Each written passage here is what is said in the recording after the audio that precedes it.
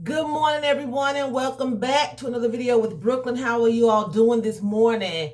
So, I'm going to jump right into the video. Derek Chauvin, I believe I'm pronouncing his name, Derek Chauvin, the officer who killed George Floyd, found guilty on all counts, okay? It says here that a jury pronounced Derek Chauvin, the police officer who killed George Floyd by kneeling on his neck for 9 minutes and 29 seconds, was found guilty on all charges, okay? Tuesday, just after 3 weeks of testimony and deliberation, okay? It says here he can face 75 years in prison for charges of second degree, unintentional murder, third degree murder, and second degree manslaughter. Okay, manslaughter. Okay, it says that the judge revoked his bail and told him to report for sentencing in 8 weeks. Okay, Chauvin was then handcuffed and taken into custody.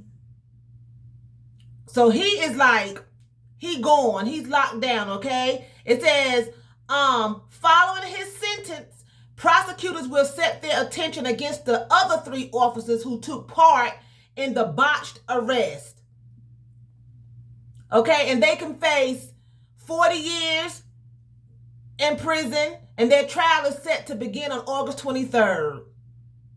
Okay, so they were happy. The public was very happy. I think it's fair because although I'm sure that he did not wake up that morning with intentions of going out and killing someone, the fact still remains that he would not stop the assault that he was inflicting on George Floyd, okay? He had his knee on his neck. The man was telling him, I can't breathe. Now, a lot of people are saying that, well, if you can't breathe, you can't speak.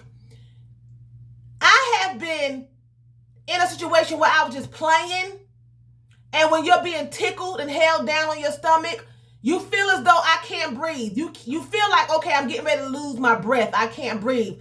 So that's probably what was going on. He could feel himself like, my airway is being restricted. That's what, because a lot of times when you take training, like self-defense training, they tell you, if you can talk, if you can cough when you're choking, you are breathing, but you still can die because your airway is still being restricted.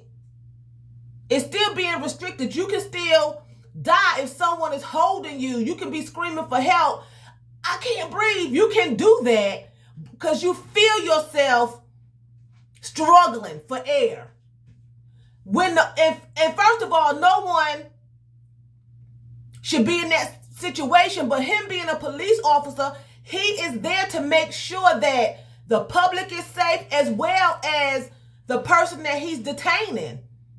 And when he was telling him that he couldn't breathe, it was not the police officer's place to decide whether he could breathe or not. He should have lifted up off of him and backed off and let this man sit up in the position that he was already sitting so he can breathe.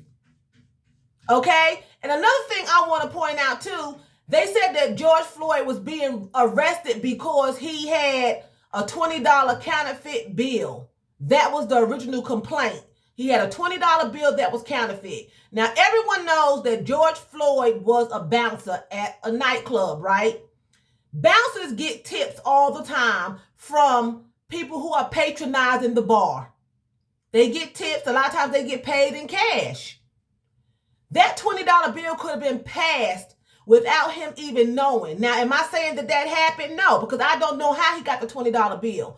But I'm just saying, he could have got past that bill without himself even knowing that it was given to him.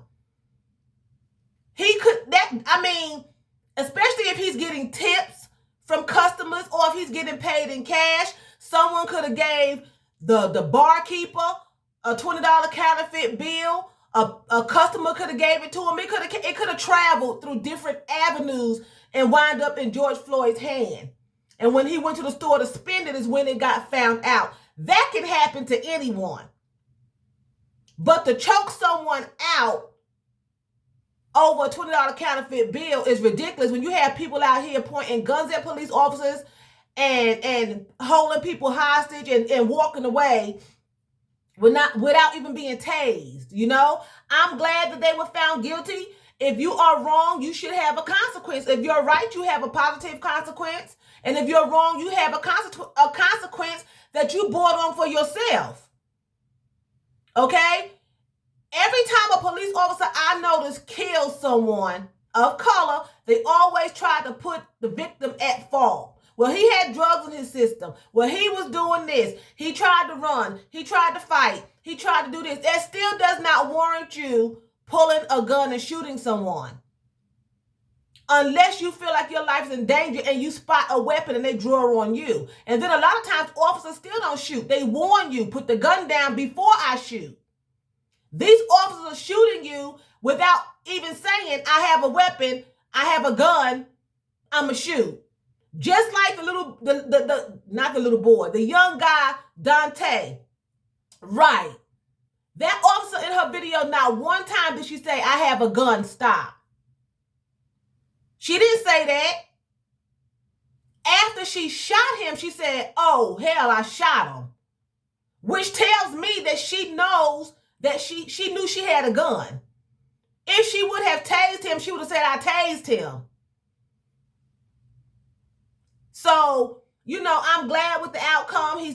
Hopefully he'll get the full sentence, 75 years, and he will not be seeing the light of day. He'll be in prison for the rest of his life. George Floyd is dead. He's not going to be out breathing. So, you know, rightfully so. You know, a lot of these officers, they will stop this killing. A lot of people in general will stop going around killing if a lot of these states brought back capital punishment. If they brought back the capital punishment in these states, a lot of people would halt and they would think before they started just shooting people down. Civilians and officers alike.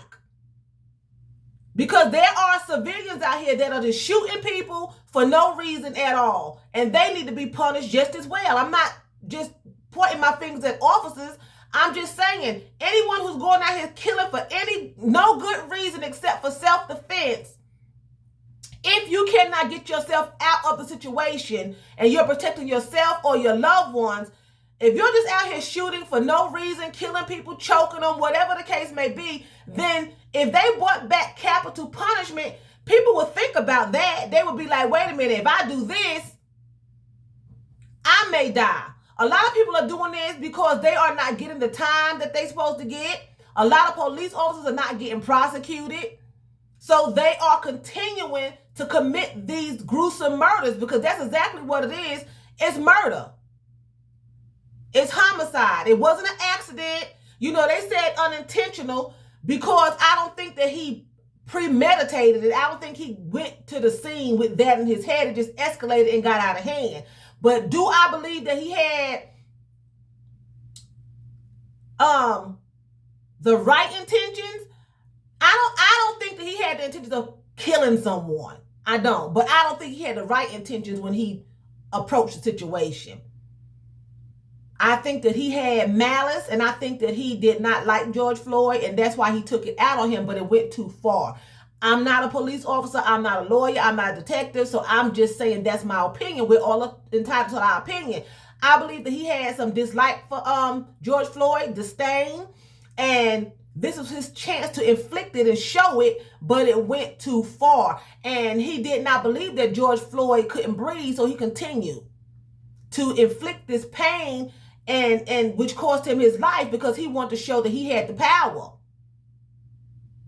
You know, if you're working, he worked with George Floyd at this nightclub, okay? I believe he was a security guard or he was a bouncer or whatever. If you're working with someone and you know them, most times when you arrive on a scene like that and you're a police officer, you'll be like, wait a minute, let me handle this because I know him. I know that person. Wait a minute, what's going on? You know, how did you, let me check into this because, you know, he act like the man was a total stranger. And from what I'm understanding, Derek and George knew each other. They worked together. Now, how well they knew each other, I don't know, but they knew each other in some capacity. And a lot of times, even if you know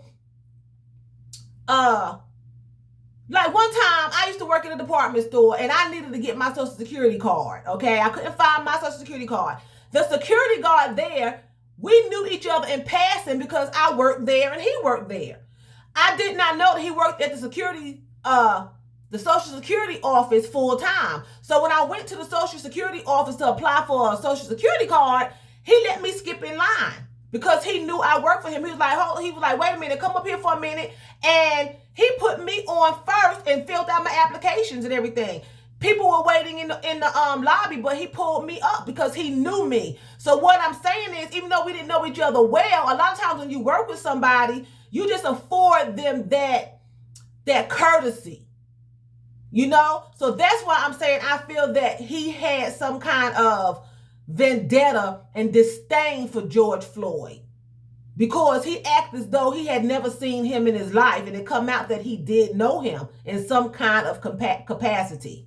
And that's why I say those things, you know, because normally if you work with somebody, oh, I know him, hey, how you doing? Even though you don't even know their name, you seen them in your workplace or your hangout place or something. And normally you'd be like, okay, let me handle this. What's going on? He did not do that for this man, you know? But do I think that he went that day to intentionally kill anyone? I don't think that, you know, he was like, I'm going to go kill him. I think it just escalated. And then the other officers with him, they aided him. You know, they didn't try to, you know, back them off or anything. A lot of times you should step in and you should back off. Okay, stop. Hey, that's enough. Let up, you know. They just stood there, so they should be held accountable as well. These are just my opinions, you know. So anyway, with that being said, I'm going to say vielen Dank. That's thank you very much in German. So vielen Dank for watching me. And choose, that's what? That's bye in German.